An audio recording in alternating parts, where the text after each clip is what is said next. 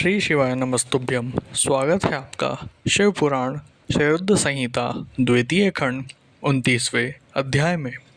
यज्ञशाला में सती का अपमान। ब्रह्मा जी बोले, हे नारद, दक्ष कन्या सती उस स्थान पर गई जहाँ महान यज्ञोत्सव चल रहा था, जहाँ देवता, असुर और मुनि, साधु संत अग्नि में मंत्रोच्चारण के साथ आहुतियाँ डाल रहे थे। सती ने अपने पिता के घर में अनेक आश्चर्यजनक बहुमूल्य वस्तुएं देखी। उनके अनेक मनोहारी और उत्तम आभा से परिपूर्ण धन्य धान्य से युक्त दक्ष का भवन अनोखी शोभा पा रहा था। देवी सती नंदी से उतरकर अकेली ही यज्ञशाला के अंदर चली गई। सती को वहां आया देखकर उनकी माता और बहनें बहुत प्रसन्न हुई और देवी सती का खूब आदर सत्कार करने लगी। परंतु उनके पिता दक्ष ने उनको देखकर कोई खुशी जाहिर न की और न ही उनकी तरफ ध्यान दिया। दक्ष के भय से ही अन्य लोगों ने भी देवी सती का आदर नहीं किया। सभी के व्यवहार में तिरस्कार देखकर देवी सती को बहुत आश्चर्य हुआ। फिर भी उन्होंने अपने माता पिता के चरणों में मस्तक झुकाया। देवी सती ने यज्ञ में सभी देवताओं का अलग अलग भाग देखा। तब सती को अपने पति भगवान शिव का भाग वहां दिखाई नहीं दिया तो उन्हें बहुत क्रोध आया। अपमानित होने के कारण देवी सती दक्ष को लताड़ते हुए बोली, हे प्रजापति, आपने परम मंगलकारी भगवान शिव को इस यज्ञ में क्यों नहीं बुलाया, जिनकी उपस्थिति से ही सारा जगत पवित्र हो जाता है। भगवान शिव यज्ञ वेताओं में श्रेष्ठ है। वे ही यज्ञ के अंग हैं, वे ही यजमान हैं। जब सब कुछ वे ही हैं तो उनके बिना इस महायज्ञ की सिद्धि कैसे हो सकती है। उनके बिना तो ये यज्ञ अपवित्र है। आपने भगवान शिव को सामान्य समझकर उनका घोर अनादर किया है। शायद आपकी बुद्धि के भ्रष्ट होने के कारण ही ऐसा हुआ है। मुझे तो ये समझ में नहीं आ रहा है कि बिना भगवान शिव के आए ये विष्णु और ब्रह्मा सहित सभी ऋषि मुनि इस यज्ञ में कैसे आ गए।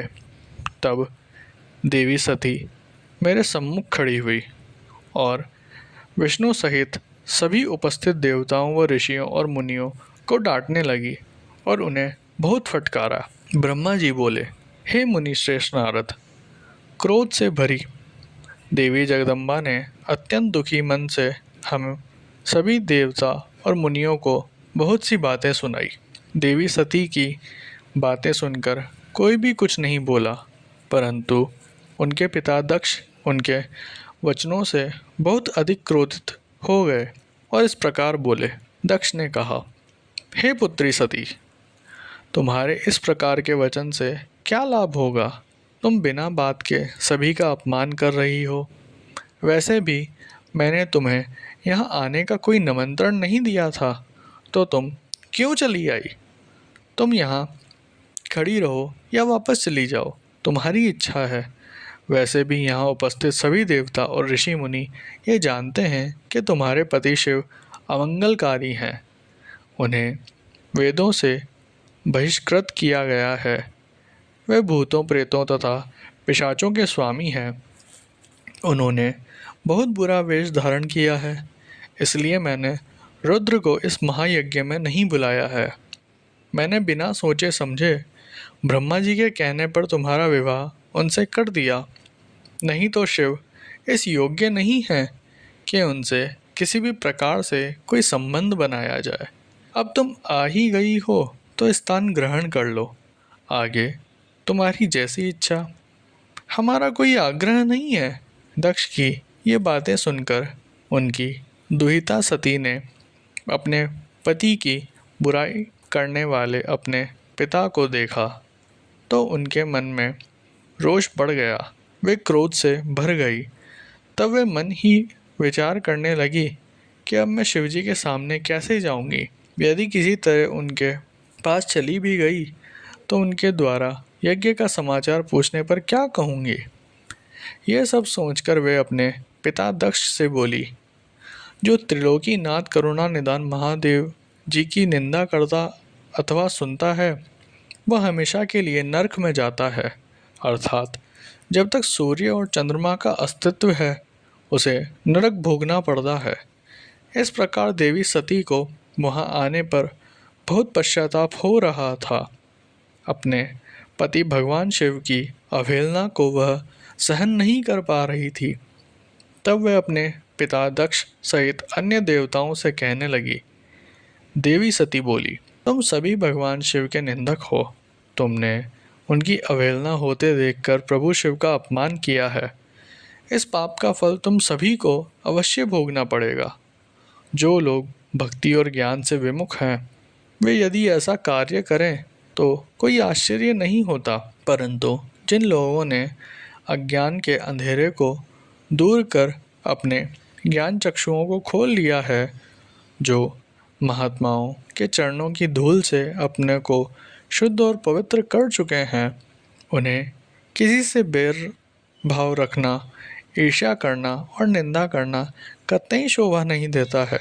भगवान के श्री चरणों का ध्यान करते हुए उनका 2 अक्षर का नाम शिव का उच्चारण करने से ही सारे पाप धुल जाते हैं।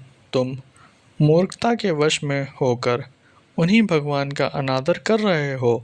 उनसे द्रोह करके तुम्हें कुछ भी हासिल नहीं होगा। उधार भगवान महादेव जी जटा और कृपाल धारण किए शमशान में भूतों के साथ प्रसन्नता पूर्वक रहते हैं। वे शरीर पर भस्म लगाए और गले में नरमुंडों की माला धारण करते हैं। फिर भी मनुष्य उनके चरणों की धूल अपने माथे पर लगाते हैं, क्योंकि वे साक्षात परमेश्वर हैं। वे परम ब्रह्म परमात्मा हैं। वे ऐश्वर्य से सदा ही दूर रहते हैं। जो ऐसे महापुरुष की निंदा करता है उसके जीवन को धिक्कार है। मैंने भी तुम्हारे द्वारा की गई अपने पति भगवान शिव की निंदा को सुना है, इसलिए मैं अपने शरीर को त्याग दूंगी। इस यज्ञ की अग्नि में प्रवेश कर मैं भस्म हो जाऊंगी। मैंने अपने प्रिय पति भगवान शिव का अनादर देख भी लिया है और उनके प्रति अपने पिता के कटु वचन को भी सुन लिया है। अतः मैं अब इस जीवन का क्या करूं? मैं इस समय पूर्णतः असमर्थ हूँ। इस यज्ञशाला में जो भी शक्तिमान और सामर्थ्यवान पुरुष हो वह भगवान शिव की अपेक्षा करने वालों और उन्हें बुरा और अमंगलकारी कहने वालों की जीभ काट दे, तभी वह शिव निंदा सुनने के पाप से बच सकता है। जो ऐसा करने में समर्थ ना हूँ तो उसे अपने दोनों कानों को बंद करके वहाँ से तुरंत चले जाना चाहिए, तभी वह दोष मुक्त होगा। फिर देवी सती अपने पिता दक्ष की ओर मुख करके बोली, जब मेरे पति महादेव जी मुझे आपके साथ संबंध होने के कारण दाक्षायणी कहकर पुकारेंगे तो मैं कैसे कुछ कह पाऊंगी। हे पिताजी, आपने मेरे पति का घोर अपमान करके मुझे उनके सामने जाने लायक नहीं छोड़ा, इसलिए मेरे पास अब एक ही रास्ता शेष है। मैं आपके द्वारा प्राप्त इस घृणित शरीर का आपके सामने ही त्याग कर दूंगी। तत्पश्चात सती वहाँ उपस्थित सभी देवताओं से बोली कि तुम सब ने करुणानिधान भगवान शिव की निंदा सुनी है, इसलिए तुम्हारे कर्मों का दुष्परिणाम तुम्हें अवश्य मिलेगा। मेरे पति भगवान शिव तुम सबको इसका दंड अवश्य ही देंगे। उस समय देवी बहुत क्रोधित थी। यह सब कहकर वे चुप हो गई और अपने मन में अपने प्राण वल्लभ भगवान शिव का स्मरण करने लगी।